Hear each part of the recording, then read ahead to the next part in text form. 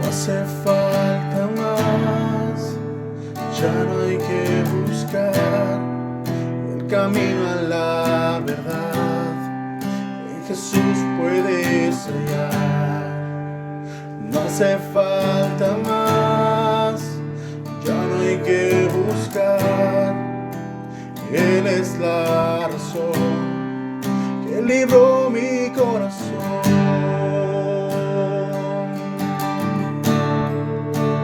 Libró mi corazón.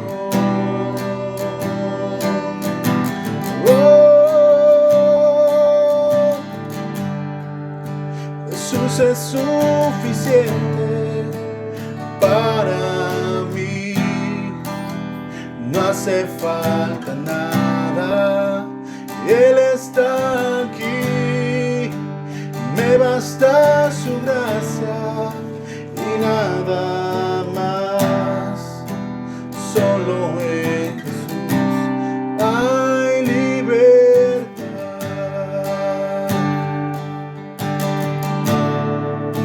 Hay libertad.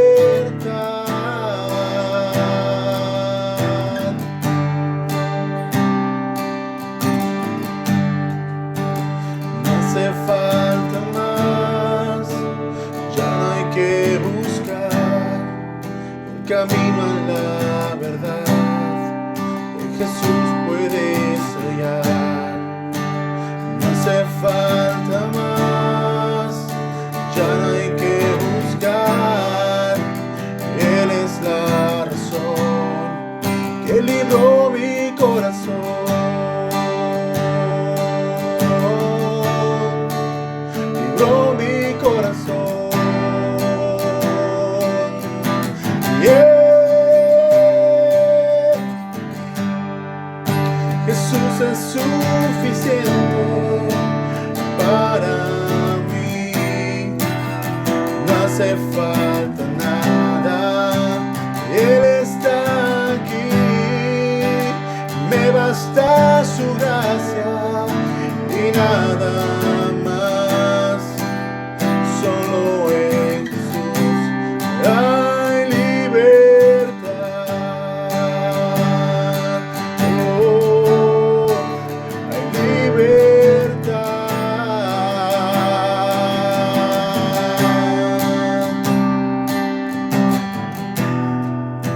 Y aunque no merezco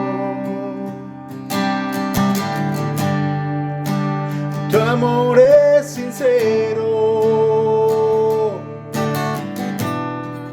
cuando todos se han ido, tú has sido mi amigo. Y aunque no merezco tu amor es sincero, cuando todos se han ido, tú has sido mi amigo. Jesús es suficiente para mí. No hace falta nada, Él está aquí. Me basta su gracia y nada más. Solo en Jesús hay libertad. Jesús es suficiente para mí. No hace falta nada, Él está aquí. Me basta su gracia y nada más. Solo en Jesús hay libertad. Oh, hay libertad.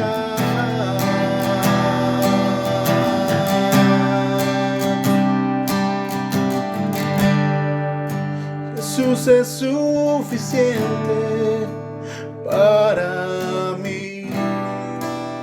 No hace hace falta nada, Él está aquí. Me basta su gracia y nada más. Solo en Jesús hay libertad.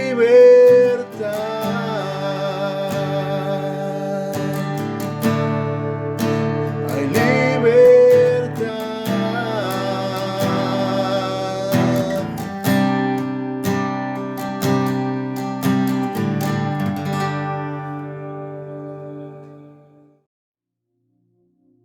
Capítulo 5, versículo 1. Puesto que Dios ya nos ha hecho justos gracias a la fe, tenemos paz con Dios por medio de nuestro Señor Jesucristo. Pues por Cristo hemos podido acercarnos a Dios por medio de la fe, para gozar de su favor, y estamos firmes y nos gloriamos con la esperanza de tener parte en la gloria de Dios. Y no solo esto, sino que también nos gloriamos de los sufrimientos, porque sabemos que el sufrimiento nos da firmeza para soportar y estar firmes. Y esta firmeza nos permite salir aprobados, y el salir aprobados nos llena de esperanza. Y esta esperanza no defrauda, porque Dios ha llenado con su amor nuestro corazón por medio del Espíritu Santo que nos ha dado. Pues cuando nosotros éramos incapaces de salvarnos, Cristo a su debido tiempo murió por los pecadores. No es fácil que alguien se deje matar en lugar de otra persona, ni siquiera en lugar de una persona justa, aunque quizás alguien estaría dispuesto a morir por la persona que le haya hecho gran bien. Pero Dios prueba que nos ama en que cuando todavía éramos pecadores, Cristo murió por nosotros. Y ahora, después que Dios nos ha hecho justos mediante la muerte de Cristo, con mayor razón seremos salvados del castigo final por medio de Él.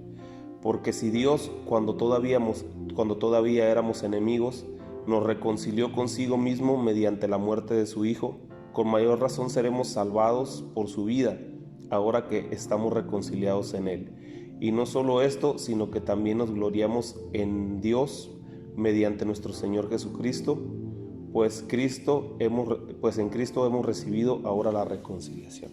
Vamos a orar. Señor, te damos gracias por la oportunidad que nos das inmerecida, Señor, de poder estar aquí delante de tu presencia.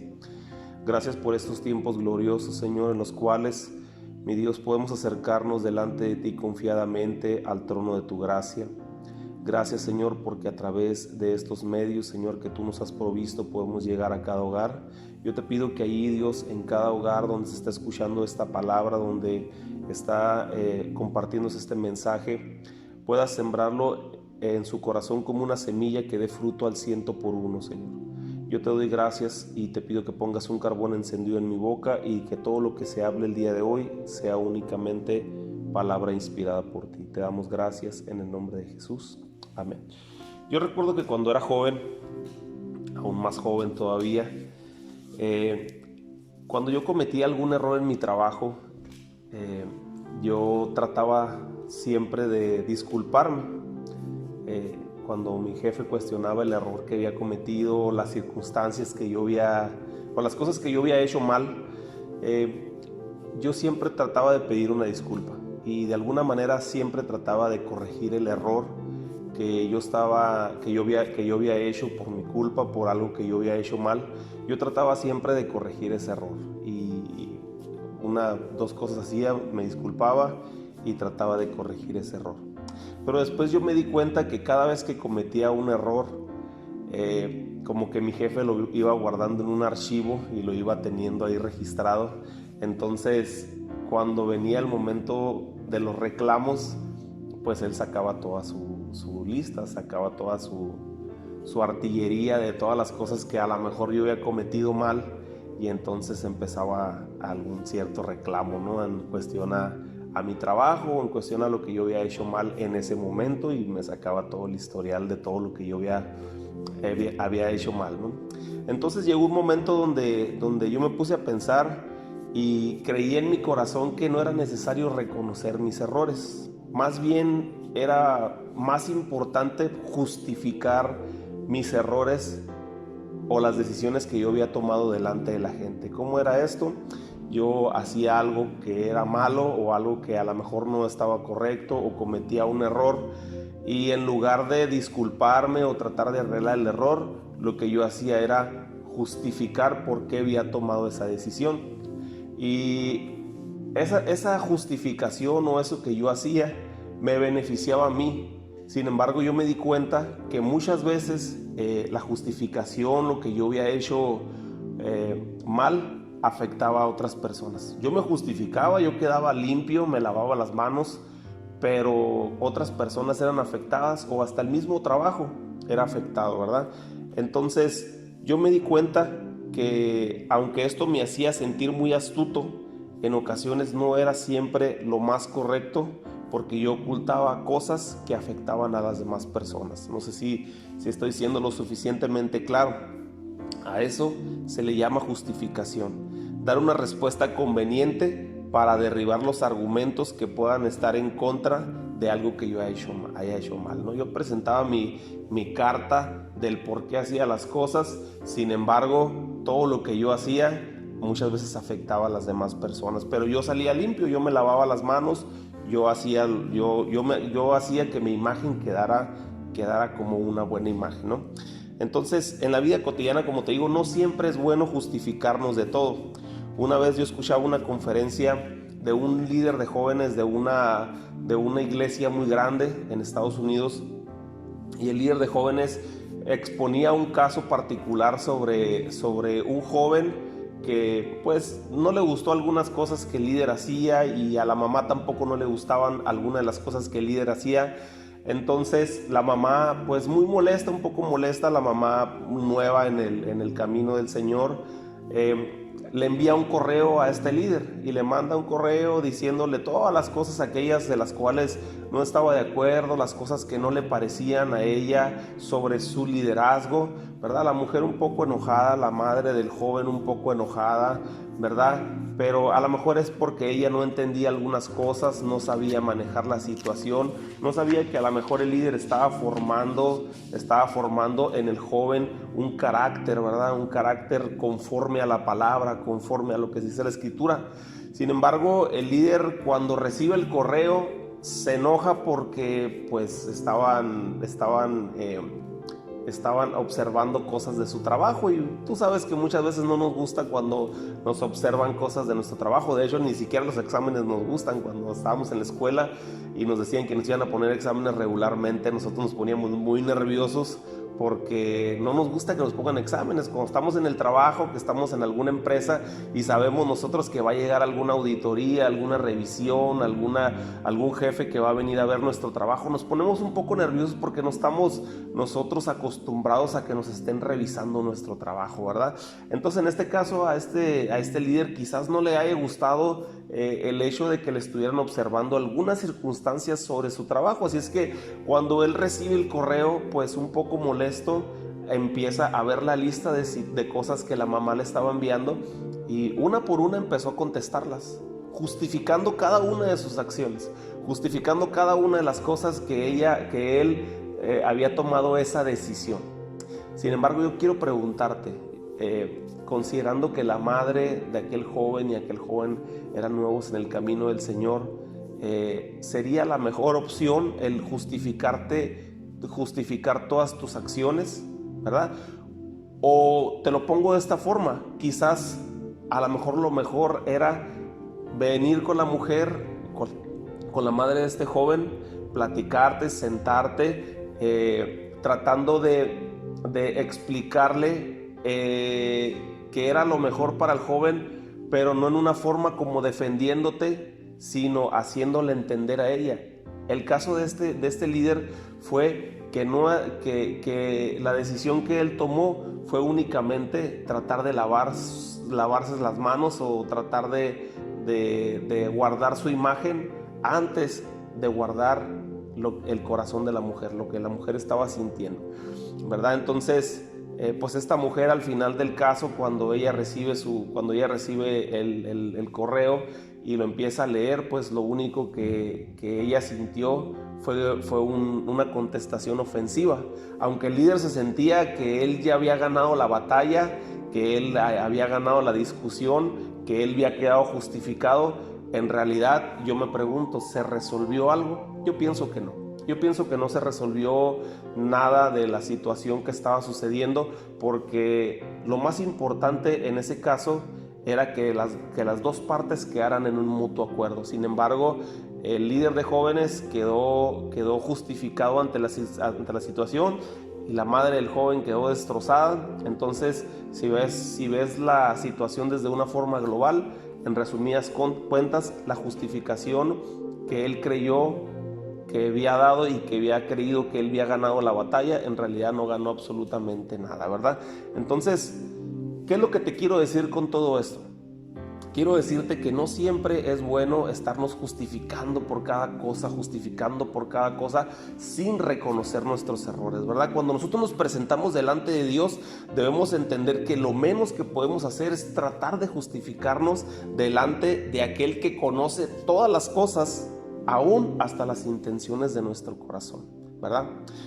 Si nos vamos a la palabra de Dios en el huerto del Edén, después de que Adán y Eva reciben una gran herencia, con el árbol, con los árboles, con los frutos, la tierra, los animales, todas las cosas tan preciosas que Dios les dio en el huerto del Edén, se les ocurre cometer un error, ¿verdad? La única cosa que Dios les había prohibido, que les había dicho que no comieran de ese árbol, se les ocurrió ir y tomar del fruto y comer, ¿verdad? Entonces, en ese momento Dios les había dicho que ciertamente el día que comieran de ese árbol morirían, y verdaderamente sí murieron espiritualmente, ¿verdad? Se cortó la relación entre Dios y el hombre a causa de esta decisión que tomaron Adán y Eva en el huerto del Edén, ¿verdad? Pero yo creo que el error más grande de Adán fue tratar de justificarse delante de Dios, porque cuando Dios le dice, ¿qué hiciste, Adán?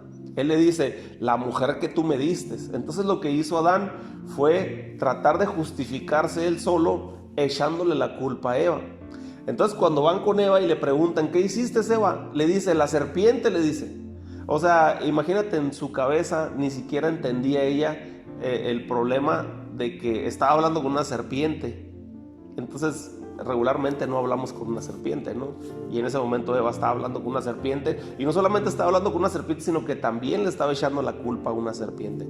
Entonces, cuando ella trató de justificarse con Dios, cuando él trató de justificarse con Dios, a mí me impresiona tanto, porque yo creo que Dios ya sabía todas las situaciones y todo lo que estaba sucediendo en ese momento. Entonces, ¿tú crees que era necesario que ellos se justificaran delante de Dios?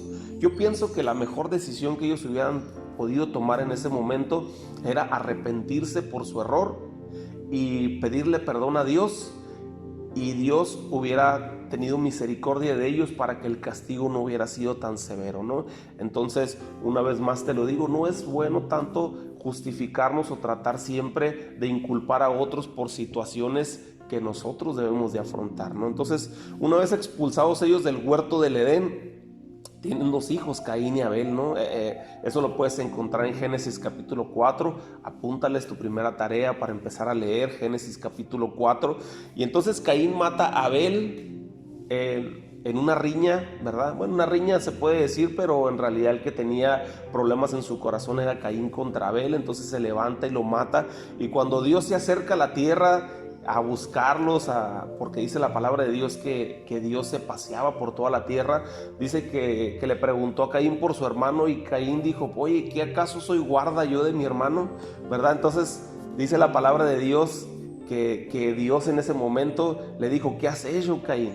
La sangre inocente de tu hermano Abel clama hasta mí, hasta el cielo. Entonces podemos darnos cuenta ahí que Caín trató de justificarse diciendo, no, pues yo no soy guarda de él, yo no tengo que preocuparme por él. Sin embargo, eso no era bueno delante de los ojos de Dios, que conocía todas las cosas, ¿verdad? Entonces dice la palabra de Dios que Caín fue expulsado, ¿verdad? Caín fue expulsado de la tierra, dice que iba a andar errante por toda la tierra. Cuando Dios le emite este castigo a Caín, que iba a andar por toda la tierra vagando, errante, siempre, ¿verdad? Triste. Una persona errante, ¿cómo puede ser una persona triste? Una persona, ¿verdad? En depresión, una persona que no le parece nada. Si sale el sol se enoja, si se mete el sol se enoja, si hace frío se enoja, si hace calor se enoja. Andar errante sobre toda la tierra, ¿verdad? Nunca iba a encontrar paz en su corazón, ¿verdad? Entonces, ¿qué es lo que le molestó a Caín? A Caín dijo: oye, no me puedes castigar de esa manera porque cualquiera que me mire en el camino me matará. Entonces Dios le pone una marca y dice que cualquiera que mate a Caín, 7 veces le sucederá lo que a Caín le había pasado. Bueno, lo importante aquí es que Caín estaba defendiendo más que nada lo material, no estaba defendiendo lo espiritual, que era el restablecer su relación con Dios. Yo te puedo asegurar a ciencia cierta en mi corazón, ¿verdad?, que si Caín se hubiera humillado, se hubiera entristecido su corazón, se hubiera humillado, se hubiera arrepentido, se hubiera postrado delante de la presencia de Dios, el Señor lo hubiera perdonado y el castigo no hubiera sido tan severo, ¿verdad? Hay otra historia en la palabra de Dios de un gran rey que se llama Saúl, ¿verdad? Esa la puedes encontrar en la historia de Primera de Samuel, sobre la historia de Saúl, ¿verdad? Pero también te quiero dejar una tarea, quiero que leas Primera de Samuel y Segunda de Samuel, porque gran parte de lo que te voy a predicar el día de hoy es sobre este libro, ¿verdad? Entonces quiero decirte que la historia de Saúl es la historia de un rey, el primer rey de Israel, el primer rey que fue escogido para gobernar al pueblo. Sin embargo, Dios le envió, cuando leas la historia te vas a dar cuenta de esto que te estoy diciendo. Dios le da una tarea específica. Él le dice: ve con cierto pueblo y quiero que destruyas a todo lo que te encuentres. Si te encuentras a un hombre, mátalo. Si te encuentras a una mujer, mátala. Si te encuentras a un niño, mátalo. Si te encuentras a un bebé de pecho, mátalo. Si te encuentras a una oveja, a un buey, a una vaca, lo que te encuentres, tú destruye todo lo que se encuentre en ese pueblo.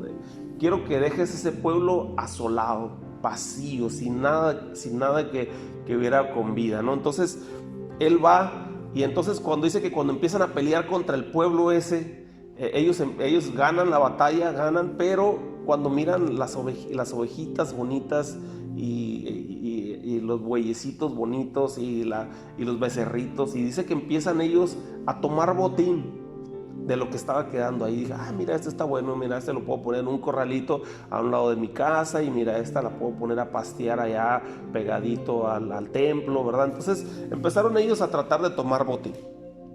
Entonces cuando viene Dios a través del profeta Samuel, con palabra le dice: ¿qué hiciste, Saúl? ¿Por qué escucho que hay un bramido de animales por allá cuando yo te di la instrucción de que destruyeras a todo lo que te encontraras? Entonces él dijo: es que el pueblo tomó botín. O sea, te vas a dar cuenta cuando estés leyendo, y te das cuenta que él trató de justificar su acción. Es que yo no fui, sino el pueblo fue el que tomó botín, ¿verdad? Pero Dios sabía todas las cosas, y Dios entendía el corazón, ¿verdad? Y sabía las intenciones del corazón. Entonces, ¿qué podía engañar si ya Samuel estaba diciendo: sabes que cometiste un error, cometiste una falta, cometiste un pecado al no obedecer a la palabra de Dios? ¿Qué más podía justificarse Saúl? No podía justificarse absolutamente de nada, ¿verdad? Lo único que Saúl hubiera podido hacer en ese momento es humillarse delante de la presencia de Dios y reconocer, ¿verdad?, que había cometido un error. No tratar de justificarse, sino pedirle perdón a Dios. Y en ese momento yo te puedo asegurar que el castigo de Dios no hubiera sido tan severo para su vida.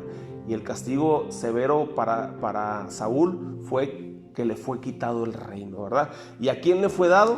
Pues le fue dado a un muchacho, a un joven que verdaderamente caminaba conforme al corazón de Dios, ¿verdad? Yo quiero explicarte un poquito, porque sí es importante que tú entiendas la referencia sobre cuando Dios, o sea, Jehová, manda a Saúl a matar a todo el pueblo. Era un pueblo que le había ocasionado muchos problemas cuando el pueblo de Israel había salido de la tierra de Egipto,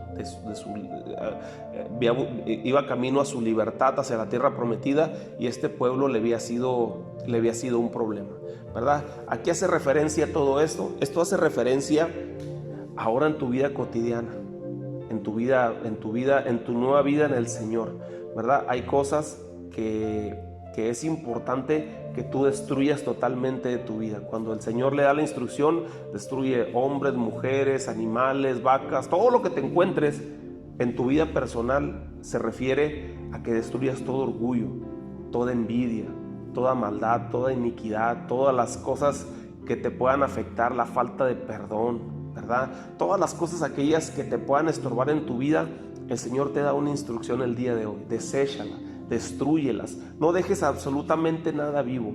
¿Para qué? Porque era importante que Saúl matara a todas las generaciones y todo lo de ese pueblo, porque si crecía un pequeño y luego se enteraba que Saúl había matado a sus padres, ese joven después podía tomar venganza contra Saúl, ¿verdad? O contra el pueblo de Israel. Es lo mismo que pasa ahora a nosotros.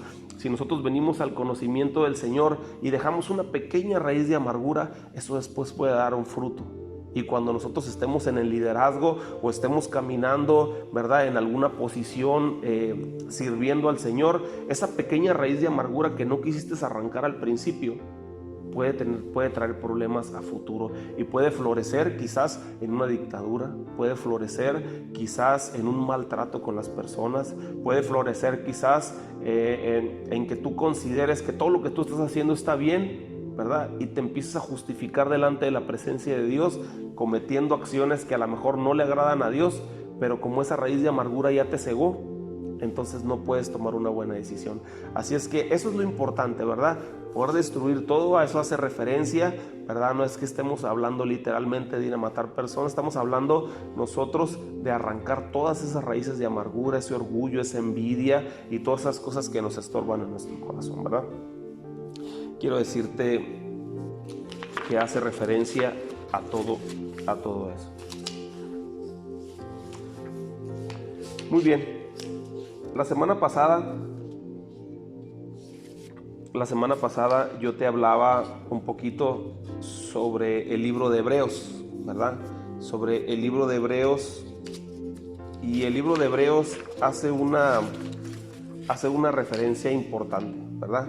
Y es que Dios a través de la historia ha tratado de hablar a su pueblo, y en este tiempo, en el Antiguo Testamento, hablaba a través de los profetas, hablaba a través de la ley de Moisés, pero en este tiempo ha venido a hablar a través de Jesucristo, de su Hijo unigénito, ¿verdad? Y cómo nos habla es a través de la Escritura, también a través de las palabras que Jesús dijo, y ahora aún mayor el Espíritu Santo que nos recuerda todas estas cosas, ¿verdad? Me regreso un poquito a la historia donde Saúl fue desechado. Dice la palabra de Dios, ¿verdad? Y lo vas a encontrar en primera y segunda de Samuel, en el libro, en la escritura que te estoy dejando de tarea, ¿verdad? Los dos libros que tú los leas en esta semana. Pero dice la palabra de Dios que Dios se proveyó de un joven que estuviera conforme a su corazón. Un joven de una humilde familia, ¿verdad? Quizás ni su propia familia daba un peso por él, ¿verdad? Pero Dios miró algo importante en él, ¿verdad? David tenía muchas cualidades importantes. David tenía tanto cosas buenas como cosas malas, ¿verdad? Vemos la historia de David, tú lo vas a ver. A David se le adjudicó un homicidio, se le adjudicó un pecado de adulterio, ¿verdad?, con Betsabé, y un montón de cosas que a lo mejor David, ¿verdad?, cometió mal o hizo cosas malas, ¿verdad? Pero lo más importante aquí es por qué le dio Dios la calidad de un hombre conforme a su corazón, ¿verdad? Aquí lo importante que hay que entender es que David hizo 4 cosas importantes en su vida, ¿verdad? Y la primera es que nunca adoró a ningún dios que no fuera Jehová de los ejércitos. Él nunca cometió idolatría, ¿verdad? Que recordamos que es idolatría. Idolatría es desde tener una imagen hasta poner tu trabajo, tu familia o todas las cosas en el lugar que le corresponde a Dios. ¿Qué es la idolatría? Todo aquello que ocupe el primer lugar que le corresponde a Dios, ¿verdad? Acuérdate que es Dios, es tu familia, después el ministerio, después tu trabajo, ¿verdad? Pero en ese orden, el primero que siempre debe de ocupar el primer lugar en tu vida es Dios, ¿verdad? Y no es egoísmo, sino que Dios siempre va a mirar por el bien tuyo. Tú nunca le vas a ganar a Dios, ¿verdad? Si tú le das tiempo, Dios te da una vida eterna, ¿verdad? Si tú le das tu economía, Dios te da todo lo que tú necesites en el día a día por el resto de tu vida. Nunca le vamos a ganar a Dios. Cuando tú le quieres dar algo a Dios, Dios siempre te va a regresar con grandes cosas y con grandes bondades, porque Dios siempre va a ser más bondadoso de lo que tú puedas hacer, ¿verdad? Entonces, David nunca adoró a ningún Dios que no fuera Jehová de los ejércitos, y eso fue algo que le valió mucho. La segunda cosa que hizo David es que reconocía de inmediato sus faltas. Algo que caracterizaba a David es que cuando él cometía un error, ¿verdad?, cuando él cometía un pecado, lo primero que hacía es irse a humillar delante de la presencia de Dios. Ese es un buen tip, es algo importante que nosotros debemos de hacer, ¿verdad? Nosotros, en lugar de autojustificarnos o en lugar de siempre tratar de lavarnos las manos cuando cometemos un error, ¿verdad? Porque a veces lo reconocemos, pero a veces nos damos cuenta, pero no lo reconocemos.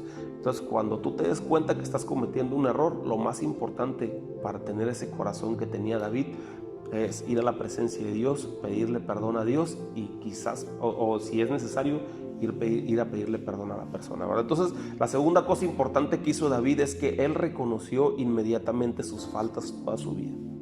La otra es que nunca trató de justificarse delante de Dios. Yo recuerdo un pasaje en 2 de Samuel 16, por ahí te lo vas a encontrar. Dice que David estaba huyendo, ¿verdad?, por los campos, ¿verdad?, y llevaba a sus valientes. Y dice que cuando se acercó a un lugar, una casa, ¿no?, una vivienda que estaba así en el medio de la nada, dice que salió un hombre y empezó a tirarles pedradas y a tirarles polvo y a empezar a maldecirlos, ¿no? Entonces dice que uno de los valientes de David le dice así literalmente, ¿verdad?, porque así lo dice la palabra, le dice: ¿quién es este perro muerto para venir a ofender al rey?, ¿verdad? Porque David era el rey en ese momento, el rey de Israel. Y entonces le dice: ¿quién es este perro muerto para venir a ofender al rey? Tú nomás dame la instrucción y yo voy y le corto la cabeza. Pero aquí lo importante es la respuesta de David. A mí lo que siempre me ha impresionado, ¿verdad?, lo que siempre me ha llenado son las respuestas que David daba, ¿verdad? David le dice a esta persona, le dice: ¿quién soy yo?, le dice, para detenerlo de todo lo que él está diciendo. Quizás Jehová le ha dicho que me diga todo esto, ¿verdad? Imagínate. O sea, hasta en las cosas malas, él entendía que probablemente eso era de parte de Dios para hacerlo entender su condición, para hacerlo entender algo en su corazón, para poder mudar o cambiar algo en su corazón. Imagínate lo importante que era tener ese corazón como el que tenía David, ¿no? Y luego dice en otra ocasión, dice que David, en 2 Samuel capítulo 24, dice que David se le ocurrió un día, ¿no? Se levantó y pues ya tenía paz en el reino. Y dice que se levantó un día y que dijo: wow, o sea, cuántas personas tengo, ¿verdad? Cuántos hombres de guerra tengo, cuántos hombres, cuántas mujeres, mira, cuánta población tengo. Y dice que se agarró contando a todas las personas, censando, lo que nosotros le llamamos, lo que hace el INEGI en el tiempo de ahora, censando a las personas, ¿verdad? Entonces dice que se agarró contando a todas las personas de su pueblo, y eso no le agradó a Dios. ¿Por qué? Porque hubo un destello como de orgullo o quizás de vanidad en el corazón de David, ¿verdad? Entonces, cuando él empieza a contar el pueblo, se va y ya sabe qué número de personas tiene, y va y se acuesta en su casa, y dice que al siguiente día, tempranito, le cae el profeta y le dice: hey, eso que hiciste no está bien, dice, delante de los ojos de Dios. Así es que Dios te da 3 opciones, te da tres castigos para el día de hoy. Escoge pues cuál de los 3 tú vas a escoger. Uno es que 7 años, ¿verdad?, tus enemigos te traigan, como decimos nosotros aquí, que te traiga juido todos los días y dándote guerra, ¿no? La segunda es que haya una hambruna, ¿verdad?, tremenda, y hay otra tercera que te la vas a encontrar por ahí en el escrito, ¿verdad? Pero aquí lo importante que yo quiero quiero que tú observes es la respuesta de David, ¿verdad? Y David le dice con todo su corazón, ¿verdad? Con todo su corazón, él le dice a la persona, al profeta, y le dice, ¿sabes qué? Yo prefiero caer en las manos de Dios, porque es mejor un castigo que venga de Dios que caer en las manos de mis enemigos. Vamos a leerlo por ahí. Segunda de Samuel, capítulo 24, en el versículo 13. Segunda de Samuel, capítulo 24, versículo 13. Dice así: vino pues Gad a David y se lo hizo saber y le dijo: ¿quieres que te vengan 7 años de hambre en tu tierra, o que huyas 3 meses delante de tus enemigos y que te persigan? ¿O que 3 días haya peste en tu tierra? Piensa ahora y mira qué responderás al que me ha enviado, o sea, a Dios. Entonces David dijo a Gad: en gran angustia estoy, caigamos ahora en manos de Jehová, porque sus misericordias son muchas, mas no caiga yo en manos de hombre. Y Jehová envió la peste sobre Israel desde la mañana hasta el tiempo señalado, y murieron del pueblo desde Dan hasta Beersebas 70,000 hombres, ¿verdad? Qué tremenda historia, qué tremenda contestación le da David a Gad, ¿verdad? Que era el profeta en ese tiempo, porque verdaderamente es importante, ¿verdad? Importante ver a Dios como nuestro Padre, que yo te lo platicaba la vez pasada, y es que dice la palabra de Dios que es mejor, ¿verdad? Que Dios es mucho mejor que nosotros como padres sabemos dar buenas dádivas a nuestros hijos, ¿verdad? Imagínate Dios, ¿qué no nos dará si nosotros se lo pedimos? Pero también dice la palabra de Dios, ¿verdad? Que Dios al que ama corrige, que Dios al que ama castiga, ¿verdad? Y es por eso que nosotros entendemos que cualquier castigo de Dios que nos pueda dar siempre es porque Él está viendo algo mejor para nosotros, ¿verdad? Él siempre está mirando que nosotros seamos más productivos, seamos mejor personas, y que nuestro corazón se convierta en un corazón conforme a su corazón, ¿verdad? Entonces esas respuestas que daba David para mí me impresionan mucho, ¿verdad? Porque verdaderamente sí, cuando vivamos tiempos de aflicción, tiempos de lucha, tiempos difíciles en nuestra vida, debemos de entender que si estamos tomados de la mano de Dios, ninguna circunstancia nos va a afectar, ¿verdad? Y la cuarta cosa que hizo David es que siempre vivió para agradar a Dios, y eso lo podemos encontrar en todos los salmos, ¿verdad? Siempre vivió agradecido con Dios, siempre vivió dándole gracias por la vida, por los cielos, por la tierra, por el firmamento, por su magnificencia, por todas las cosas. Siempre vivió agradecido, y es importante que nosotros vivamos agradecido. David siempre vivió agradecido con Dios por todas las cosas que Él le había dado, ¿no? Entonces quiero decirte yo que hay un vacante, o sigue habiendo vacantes para hombres y mujeres que tengan el corazón de David, un corazón como el de David, un corazón conforme al corazón de Dios, ¿verdad? Y si es posible tenerlo, quiero decirte que sí es posible tenerlo, pero la pregunta sería: ¿estás listo para mudar tu corazón a tener un corazón como el corazón de David? Eso te lo dejo para que tú lo reflexiones, ¿verdad? Como te decía, la semana pasada yo te hablaba sobre el libro de Hebreos y cómo Dios habla a través de Jesucristo a todo su pueblo, ¿verdad? A todos nosotros. Sin embargo, el hombre siempre busca lo suyo propio, ¿verdad?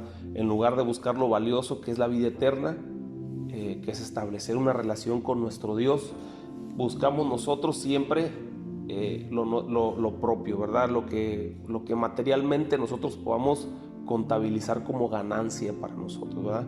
Como hombres seguimos cometiendo infinidad de pecados, pero muchas veces, en lugar de reconocer nuestros problemas, buscamos siempre justificarnos, ¿verdad? El hombre, cuando Dios le llama, cuando Dios le habla, siempre trata de justificarlo, ¿verdad? Yo he estado con personas a las cuales yo trato de compartirles el mensaje, ¿verdad? Jóvenes con problemas de adicción, y yo trato de siempre compartirles el mensaje de salvación y decirles que hay una esperanza, que hay una forma diferente de hacer las cosas. Sin embargo, siempre las respuestas son tratando de justificar su condición, ¿verdad?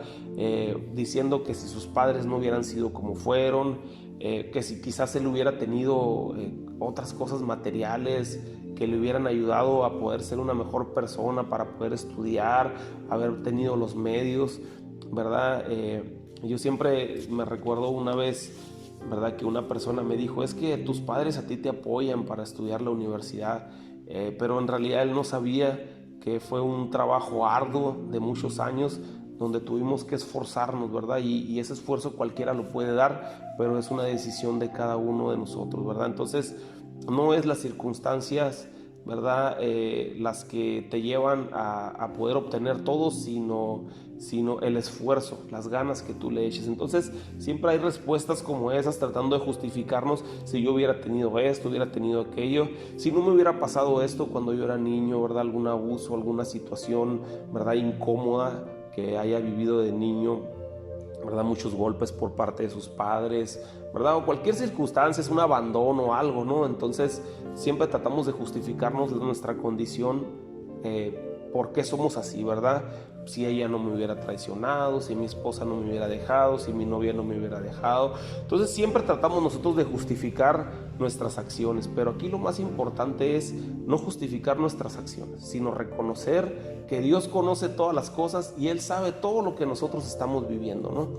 Hay un montón de cosas por medio de las cuales nosotros tratamos de justificarnos delante de Dios, pero Dios lo sabe todo, sabe quiénes somos, sabe cómo pensamos, sabe lo que hay en nuestro corazón, ¿verdad? Y eso que hacemos nosotros de autojustificarnos solo tiene un resultado: que la ecuación siempre da lo mismo, ¿verdad? La ecuación, la fórmula siempre da lo mismo, ¿verdad? Cuando nosotros tratamos de justificarnos delante de Dios, lo único que hacemos es alejarnos de Dios, ¿verdad? En vez de acercarnos a Dios, nos estamos alejando. Entonces, todos aquellos que trataron de justificarse, lo único que lograron fue alejarse de Dios en la palabra. Sin embargo, el día de hoy te tengo buenas noticias, ¿verdad? ¿Cuáles son esas buenas noticias, esas buenas nuevas? Es que ya no es necesario que te autojustifiques delante de Dios, ¿verdad? Porque al principio de la palabra leíamos que nosotros hemos sido justificados por la fe en Jesús, y ahora tenemos paz para con Dios por medio de Jesucristo, ¿verdad? Entonces, su palabra misma nos dice que Él llevó nuestras enfermedades, nuestras dolencias. Dice que el castigo de nuestra paz fue sobre Él, y por sus llagas hemos sido curados, ¿verdad? Él recibió el castigo por nuestros pecados.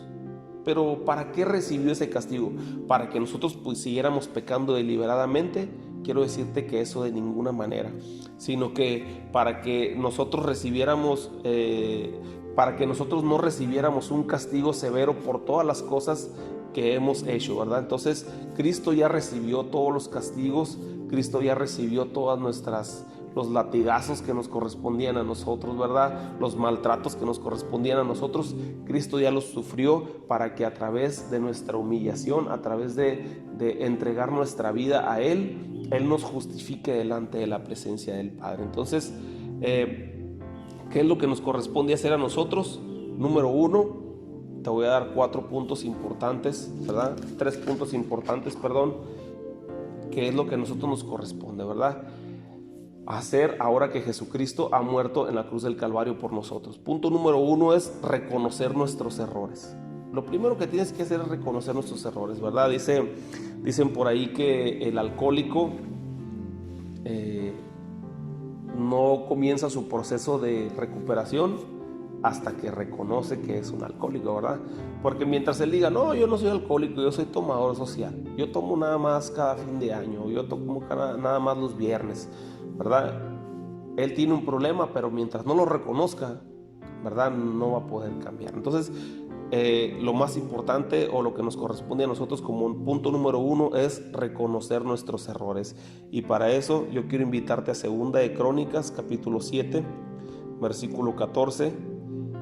dice así, en el nombre del Padre, el Hijo y el Espíritu Santo, dice: si se humillare mi pueblo sobre el cual mi nombre es invocado, y oraren y buscaren mi rostro, y se convirtieren en sus malos caminos, entonces yo oiré desde los cielos, perdonaré sus pecados y sanaré su tierra, ¿verdad? Entonces lo más importante aquí es que nosotros reconozcamos nuestros errores. La segunda cosa es arrepentirnos, ¿verdad?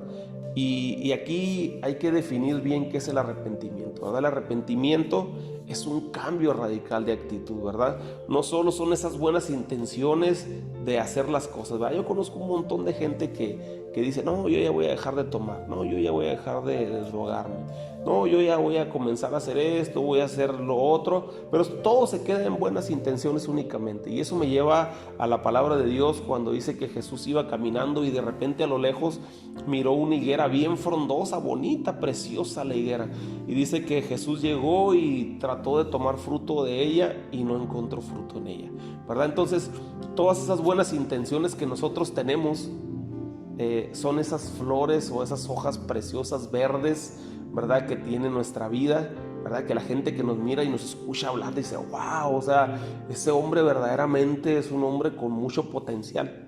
Pero verdaderamente, ¿qué tanto fruto estamos llevando de todo lo que nosotros decimos o de todas las intenciones que tenemos, ¿verdad? Entonces el arrepentimiento es un cambio radical de actitud, ¿verdad? Es un cambio totalmente, como te lo platicaba el domingo pasado, de si ibas a la derecha, ahora ve hacia la izquierda.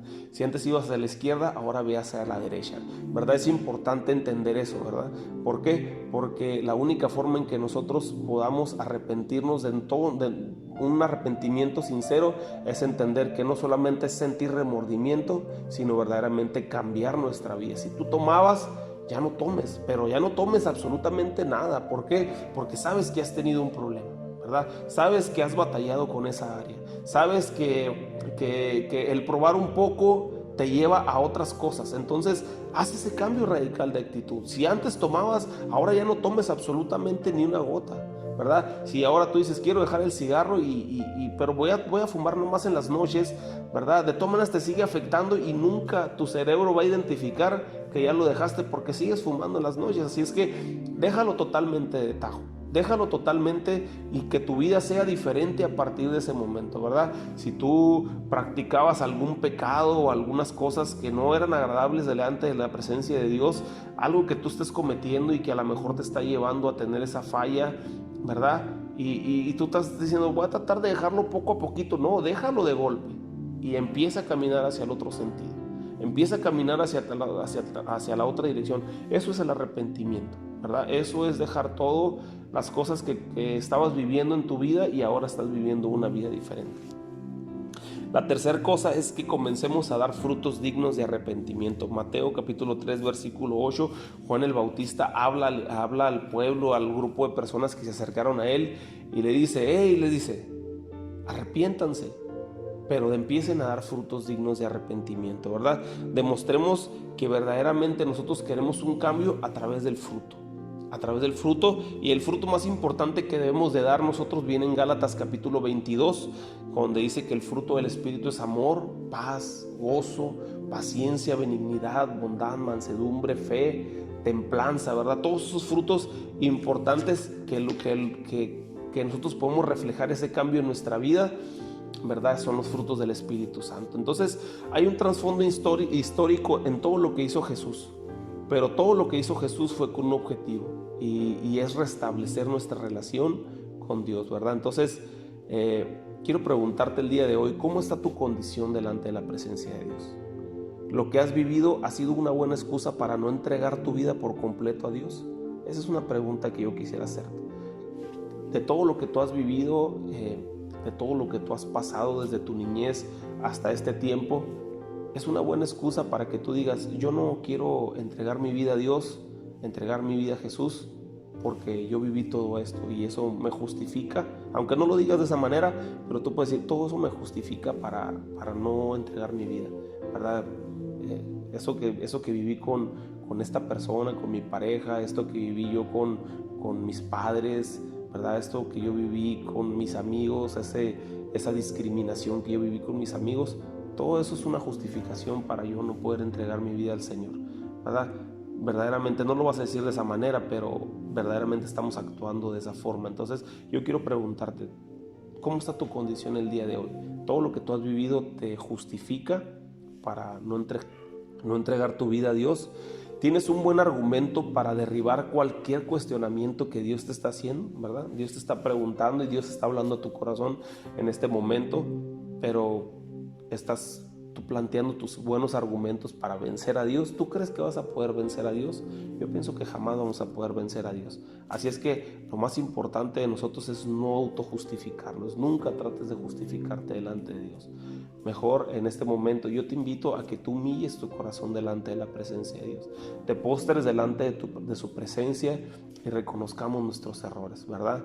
Reconozcamos nuestros errores, arrepentámonos y comencemos a dar frutos dignos de arrepentimiento. Yo te dejo con esto, te dejo con esta reflexión y quiero invitarte a que ahí donde tú estás en tu casa hagas esta oración.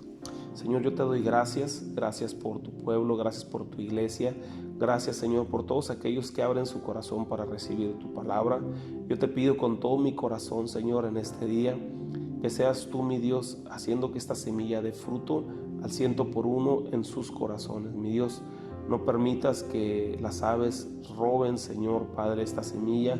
No permitas que los espinos, Señor, mi Dios, los abrojos, impidan el crecimiento de esta semilla. No permita, Señor, que la piedra, la tierra dura, no permita, Señor, que esta semilla dé fruto, sino que esta semilla caiga en buena tierra, Dios, y que el corazón de cada uno sea como esa tierra fértil y que dé fruto al 100%. Señor, bendice a tu pueblo, bendice a tu iglesia, y que una vez terminado esta contingencia podamos reincorporarnos, Señor Padre, para adorarte y glorificarte juntos. Señor, te pido por la situación en el mundo, la situación global, que tú tomes el control, Señor, de todas las cosas, y que sea una pronta recuperación y sanidad para la tierra, Dios.